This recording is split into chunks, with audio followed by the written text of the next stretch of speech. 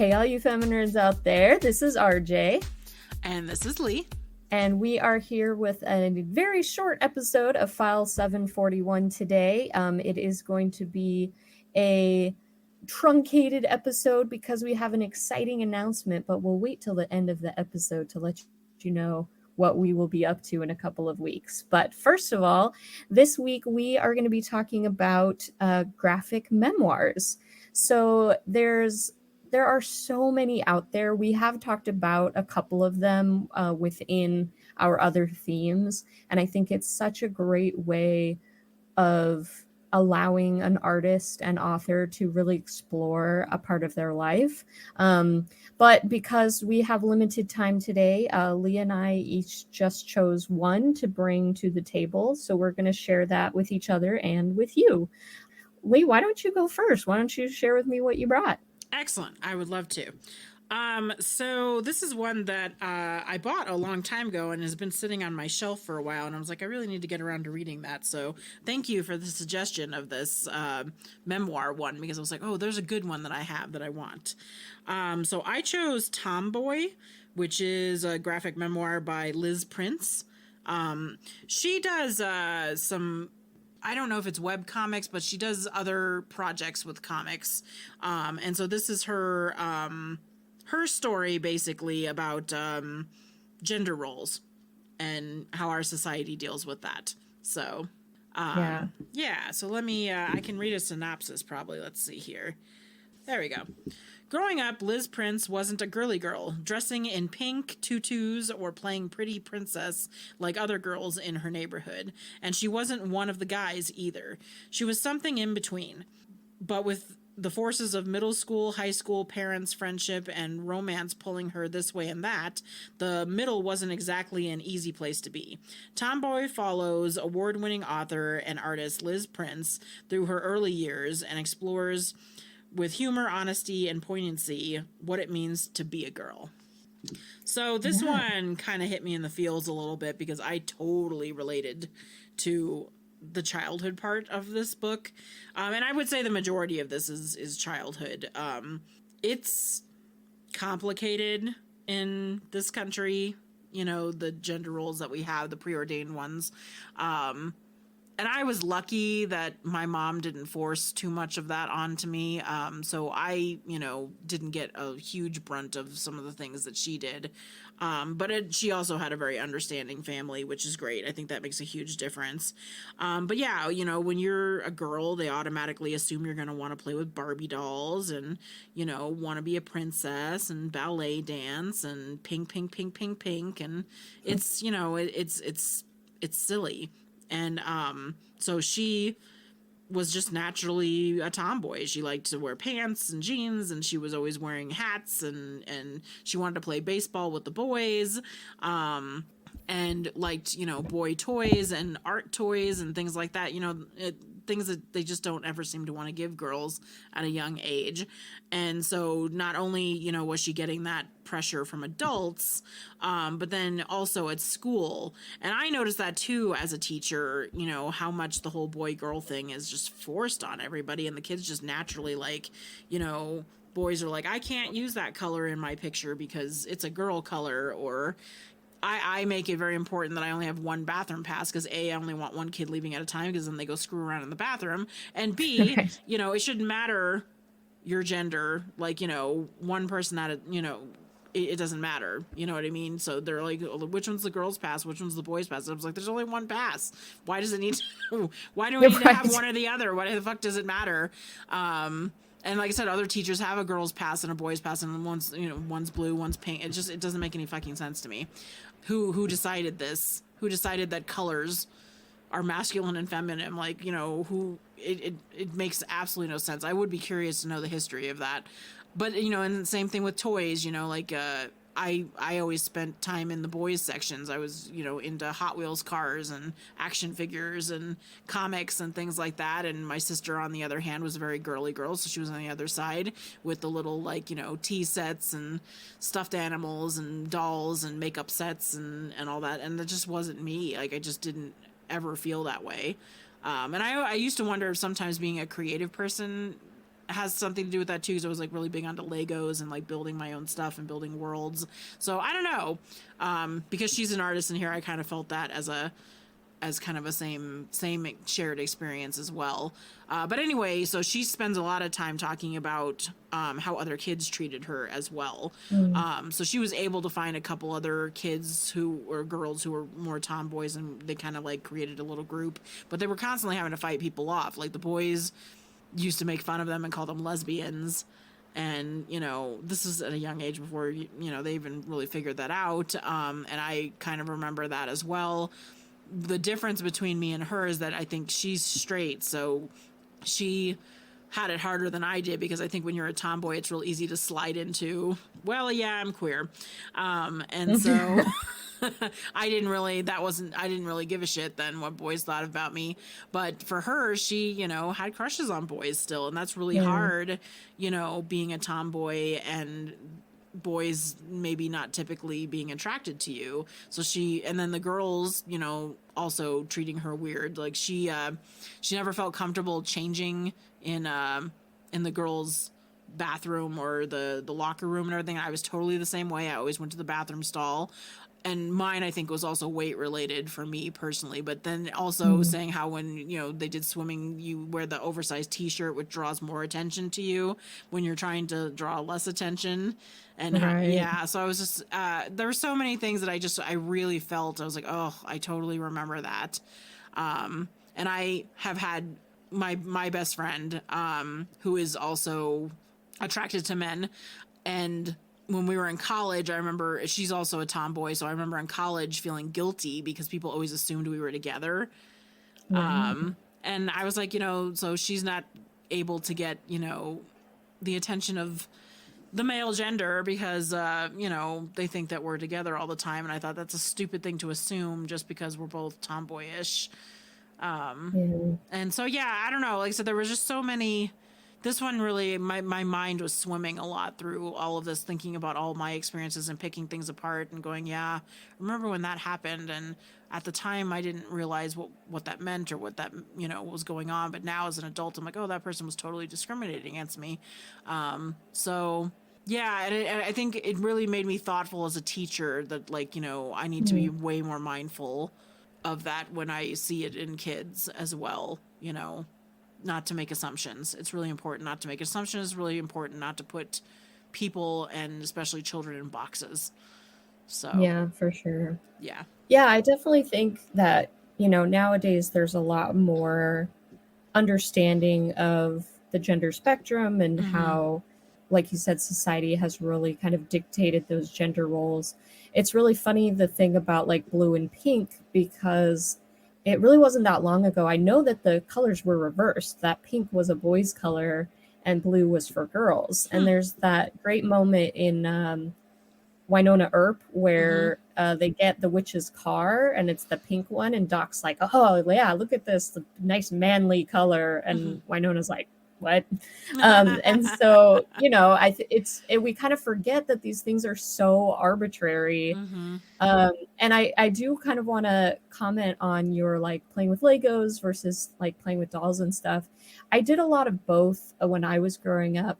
I was very close with my sister. We did a lot of like dress up and a lot of imaginative play. And we did have like some Hot Wheels, and I was very into Lincoln Logs when I was a kid. But I think of course you were. That's so you. I love That's it. so much, yeah. But you know, I think the way that our society pushes boys towards math and science, and so says that like playing with Legos is a more intelligent way of play than like having a tea party. I would push against that just a little, because I think that imaginative play is just as important as like technical play. And so again, we kind of assume that girls who are into like Barbies or stuffed animals or things like that are not necessarily like science minded, but it's just a different way of thinking and a different way of kind of building those skills. So yeah, but it's definitely like we tend to see that, and then push people into those roles because we kind of see where they naturally gravitate. We don't give them the option to like explore, which is Mm-hmm. why, you know, when boys want to play with Barbies, there's like this huge thing. But when girls want to play with Legos and stuff, they're like, yay, STEM. So I think it's super complicated. Mm-hmm. You know, I think as humans we're getting a lot better. But yeah, I actually read this graphic memoir quite a long time ago, and so I don't remember a ton of it, but yeah, I just remember feeling very seen, you know, in Mm-hmm. that way Mm-hmm. where, you know, I was very backwards baseball caps, boys clothes section, but also, you know, did a lot of that imaginative play. And at this point, I for a long time in like high school and middle school, I was very like anti-pink, anti-purple. I didn't want to be seen as a girly girl. And now that I understand myself and my own gender better, I'm like, yes, pink, yes, glitter, yes, sparkles, like, yes, fabulous. Like, I'm enjoying embracing that part of me that really society said, well, if you like this, then you're this way, you know. Mm-hmm. And now I can be like, no, that doesn't matter. It's all fake. Yeah, no kidding. I wanted to touch back on something that you had mentioned about how, you know, it wasn't considered, I don't want to say normal, but, you know, a regular thing for girls to play with certain toys like, Mhm. you know, Legos, but because in science and math minded type things. That's kind of touched on a little bit in this. And I was guilty of it too. So like those gender roles were not only like forced on us as kids, and so we feeling weird, but then we also did some of the same things, not even realizing it. So like in the book, she says she viewed girly girls as lesser and Right. dumb, and why would I want to do any of that kind of stuff? That's just silly. And so like when boys would be like, oh, you throw like a girl, or you're, making fun of girls for things like that, she was right there thinking the same thing about other girls just because they, liked pink or playing with these things. And then only when she was an adult she realized, no, why would I think that? Like, just because that's what they chose to play with doesn't mean that, they're any lesser than me type thing. And I did that too. I hated anything that was girly. Like just like with the boys, I was like, ew, I don't like that, I don't want to do it. And yeah, I didn't respect more effeminate girls, Yeah. and I feel guilty about that. And so I'm happy now as an adult that I can see that and see the value in all of us.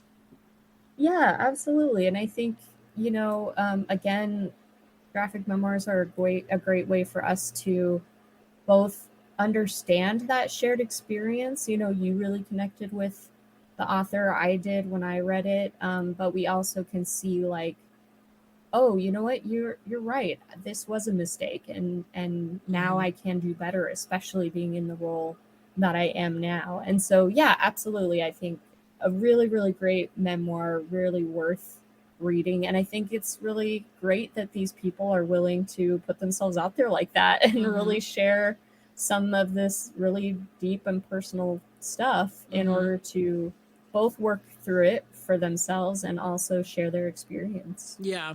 I also agree that when you said that it's becoming now a little bit more natural for girls to break out of that mold, and, like you said, yay STEM, yay this and that. But it's still kind of taboo for boys. And so I'm Mhm. really like, it makes me so happy. I have a handful of boys. I work at two schools who, and there's some in both schools, and they're all different classes, all different ages. But who really do love princesses and will like draw Disney princesses all the time and things like that. And I'm like, it's so nice to see the joy on their face. I really hope that your family supports you, and that, society doesn't bring you down, just because of your interest being a little different than other boys. And, because most of the boys are like video games, Fortnite, punch, punch, punch, stab, Minecraft. stab, Yeah. stab, and I was like, and here's this really great innocent kid who just like really sees the value in in things that are typically considered for girls. And, I just want to protect them. I'm like, I never want you to go to middle school. I want you to just stay here. Yeah. You tell those boys to fuck off. or I will. Yeah. So Yeah, for sure. yeah, so it's Yeah. nice to see, and I really hope that it gets to a point where it's more evenly normal for boys to choose outside of whatever these stupid norms are, just like girls can nowadays. Yeah, I think we're getting there. It's Hmm. just slow, Yeah. like any kind of social change. Well, speaking of the fact that other kids can be terrible, the graphic memoir that I chose is called Messy Roots. Hmm. It's a graphic memoir of a Wuhanese American by Laura Gao. Okay. What's really funny is that so this I work at a bookstore now, and Hmm. so I got an advanced reader's edition, which means it's only partly in color, and then the rest of it is in black and white. But there's a note that's like, oh yeah, the final edition will be in full color. So it's kind of interesting to get Oh, that's a cool. little bit of both. And I didn't even read the back of this. I looked at the front and I was like, yeah, this looks really interesting, especially, because she's from Wuhan, and I never would have known what Wuhan was before COVID-19. So she talks about that. But in on the back, I was like, I finally just read the back last night, like after I finished reading it, and I was like, oh, a tour de force of graphic memoir storytelling about growing up a queer Chinese American immigrant in Texas. Did not even realize there would be any queer themes in this book at all. So it was kind of a fun surprise to see that. So yeah, the little blurb for this is: after spending her early years in Wuhan, China, riding water buffaloes and devouring stinky tofu, Laura immigrates to Texas, where her hometown is as foreign as Mars, at least until 2020, when COVID-19 makes Wuhan a household name. In Messy Roots, Laura illustrates her coming of age as a girl who simply wants to make the basketball team, escape Chinese school, and figure out why girls make her heart flutter. And this is, it's a pretty like standard length graphic novel. I don't know what, 250 pages or so. But it's very dense. It's full of a lot of really interesting things. At the very beginning, she kind of deals with this issue of being Chinese and, Hmm. with COVID being the target of attacks. She was in college when COVID-19 started, Hmm. and trying to figure out like how to deal with that. But then she kind of goes, like, it starts with that, and then it really goes back in time where she grew up in Wuhan with her family, and then I think when she was like 4, she got sent back to the United States to live with her family. And so she had a really hard time adjusting to the new school and like all this new stuff that's happening. Middle school was really hard because she was dealing with all of the like stereotypes of being Asian. She was a mathlete, and then she was like, I really don't want to do this anymore. So she tried out for the basketball team and did basketball for a while. And so it's just a really interesting story about, she talks about reading American Born Chinese, which you and I have Hmm. talked Hmm. about in a previous podcast, and kind of how she related in some ways. But so when she moved to Texas, she went to a middle school that was like primarily white. And so when she ended up in high school, her high school had a lot more Asian people. And she then found that they kind of considered her whitewashed in some ways because Hmm. she, didn't want to bring food from home, and she didn't want to speak Chinese and like really get into her heritage that way. And so it's just a really, really interesting story, following her life and then going into college and trying to figure out like, oh, also maybe she's queer. And there's a really great moment, like her kind of coming out is a very small section of the book, but there's one point where she comes out to her best friend in college, and she was really nervous about it because she's Korean who was raised in China, but she was like, she really reminds me of of my family, and I just don't know how that would go. And then when she tells her, her friend is like, oh, I just kind of assumed because you play basketball. And I was like, nice, excellent, yeah, very good. But it's really well designed. The one thing I would say that's a little difficult is in the way that the speech bubbles are. Sometimes it's hard to tell who's saying what. But again, this is an advanced copy. It's not edited for, corrections. So the final version may have that corrected. And then the final version, of course, is going to be in full color. I enjoyed kind of seeing it in black and white, but from the color, it's pretty minimal. It's like a couple of really interesting color schemes, like kind of yellows and reds and blues. When people are speaking Cantonese or Mandarin, then the speech bubbles are a different color. Oh, that's cool. And so, yeah, and then so it kind of shows like how she is really kind of pushing against her background, and then as she's getting older, really wanting to start to connect to that again. And, Messy Roots is about how, she has this dual kind of culture and trying to navigate both of those things, and then also try to navigate just being an Asian American at the time of COVID when everybody lost their stupid minds and was like terrible to people. So it's really fun. One of the other things that I really enjoy about it is she kind of goes through and sometimes does it as if it's like a video game.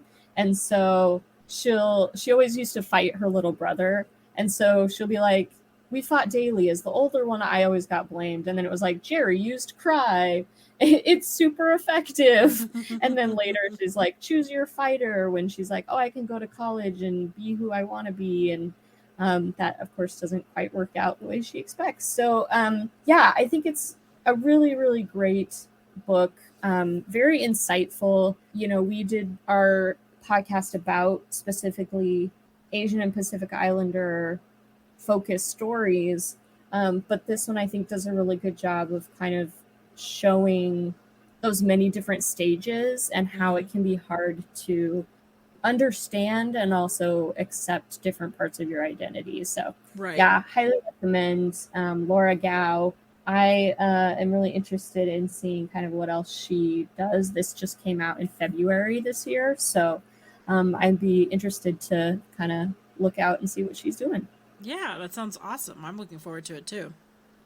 Well, I think we are going to wrap up. Again, sorry for the short episode, but we have an exciting announcement. Oh, yeah. So today is May 1st. My goodness, where has the time gone? And in 2 weeks, gosh, a little less than 2 weeks, where will we be, Leigh? We are going to be in Tampa, Florida. Florida. Ooh, yeah. That's not the exciting part and the good announcement. Sorry. I did phrase that question poorly.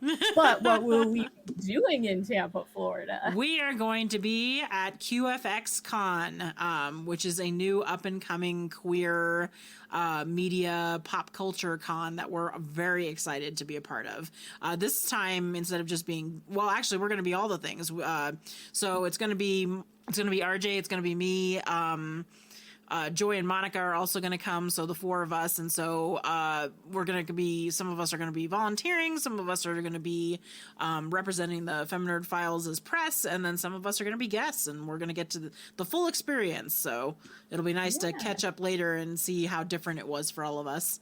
Yeah, absolutely. So we will be posting updates if you are interested in coming. I know there are virtual passes, so you don't have to go to Florida. And so we have information on our website, of course, at thefeminerdfiles.net, but you can also look it up at qfxevents.com, I believe. Yes. And that's the letters QFX. Events.com, and they're going to have some really great guests, people from Winona Earp, a lot of people from Fort Salem, Motherland, Fort Salem. Yes. Thank you. Batwoman. Woohoo! Even though, God, okay, can I just say how I'm angry I am that it just got canceled? I'm so furious. No, Furious. I didn't know So that. I do feel that it's going to be also kind of bittersweet when we go there. So Yeah. that's why another reason why I'm excited about going, because this will be the last time that cast gets to, be together at something like that. But I mean, what's nice is then hopefully then it'll be continued. With cons, they get to, meet up again. So sorry, didn't mean to interrupt you. Oh, Go no, ahead. yeah, that's a bummer. But yeah, like I'm really excited. Kat Barrow's going to be there. Zoe Palmer, who's always been one of my favorite actors. So yeah, it's just going to be a lot of fun. I think I'm really excited too to just be like, here's this super gay thing that's happening in Florida. Everybody can just suck it and deal with it. So that'll be they interesting. Said nightly they're gonna go on the rooftop bar and everybody's gonna scream "gay" off the top of the tower. So I'm like, I love that. Very excited about that. But yeah, so we'll be posting updates. I'm gonna be the one there representing us as a entity, as the Feminerd Files. So I'll be chatting with people, doing some like mini interviews, hopefully, and we'll come back and do a little this is how it was. So yeah, look out for that. We're super excited. And then if you want us to cover more things like that, let us know. If there's a cool event happening in your city or something, we would love to start traveling again and getting to know more people and growing the Feminerds family. I love that. So this has been another exciting episode of File 741. I'm Leigh. And I'm RJ. Thank you for listening, and please like us on Facebook or follow us on Instagram and Twitter. You can tune in to all of our podcasts on iTunes, Podbean, YouTube, or at thefeminerdfiles.net. And see you in Florida. Yeah! But also fuck Florida. Oh, God.